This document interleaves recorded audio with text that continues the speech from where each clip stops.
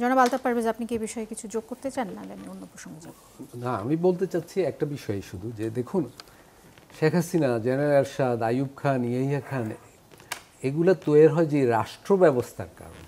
এই ধরনের স্বৈরাচার, এই ধরনের আচরণ, এই পুলিশকে দিয়ে এই ধরনের কাজ করানো বা নিজের দলের বাহিনী দিয়ে এই ধরনের কাজ করানো, এগুলো শুধু বিচার, একজনের ফাঁসি, একজনের যাবজ্জীবন বা 10 জনকে মানে কারাগারে বন্দি করা, সেইটা দিয়ে আমরা কখনো থামাতে পারবো না, অতীতেও পারিনি।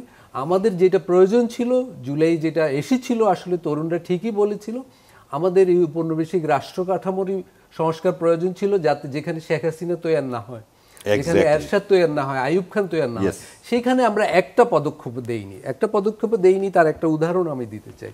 দেখুন, আজকের খবর হলো পুলিশের পোশাক পরিবর্তন করা হয়েছে। জুলাই অভ্যুত্থানে তো একটা বড় বিষয় হলো পুলিশের গুলিবর্ষণ বা নির্যাতন।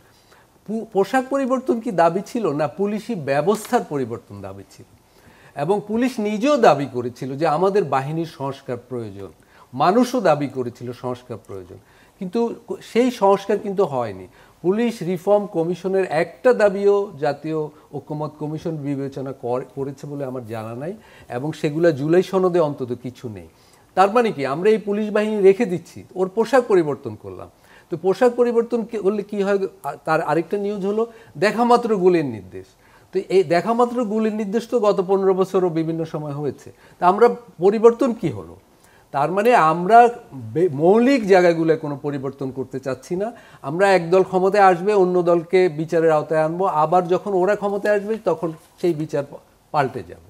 জেনারেল এরশাদের বিরুদ্ধে বিচার হয়েছে, কিন্তু 3 জোটের রূপরেখা বাস্তবায়ন হয়নি।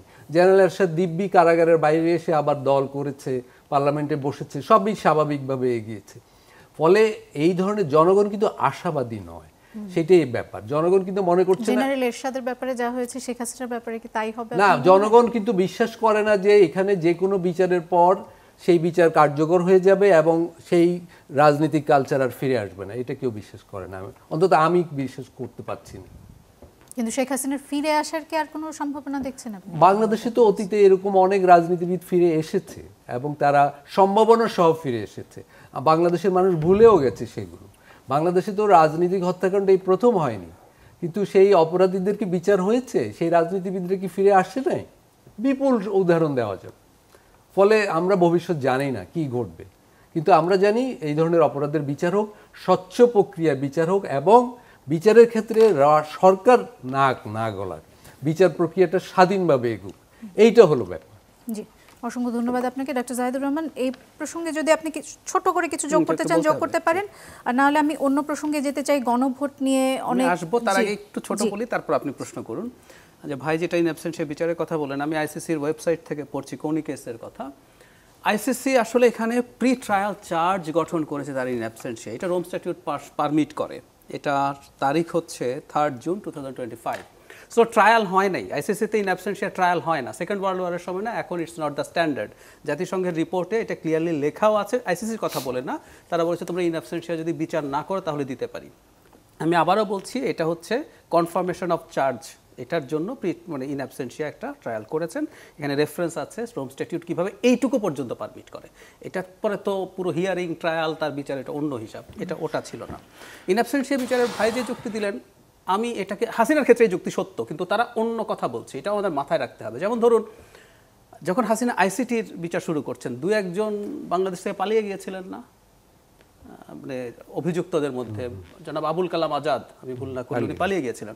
ওনার অভিযোগ কি ছিল?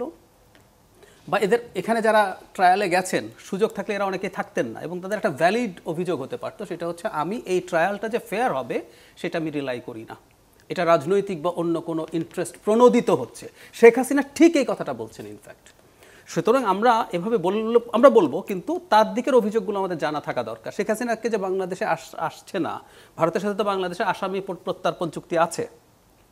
ভারত কি ওখানের মধ্যে কিন্তু একটা ক্লজ আছে যে যদি কোনো পক্ষ মনে করে সে ওই দেশে গিয়ে জাস্টিস মানে পাবে না, সেই ক্ষেত্রে সে হ্যান্ড ওভার নাও করতে পারে। সো হাসিনা কিন্তু অভিযোগ ওইভাবে দিবে। সো উনি আসেননি বলে এটা প্রমাণিত হয় যে উনি অপরাধী, নট নেসেসারিলি, এটা আমি মনে করি। শেখ হাসিনার সময় তো আমাদের কোর্ট যেরকম ছিল। তবে হ্যাঁ, হাসিনার ক্ষেত্রে এটাই কারণ, এটা আমি বুঝি, কারণ যথেষ্টের বেশি ক্রুড প্রমাণ আমাদের হাতে আছে। জি, এবার আপনার প্রশ্ন।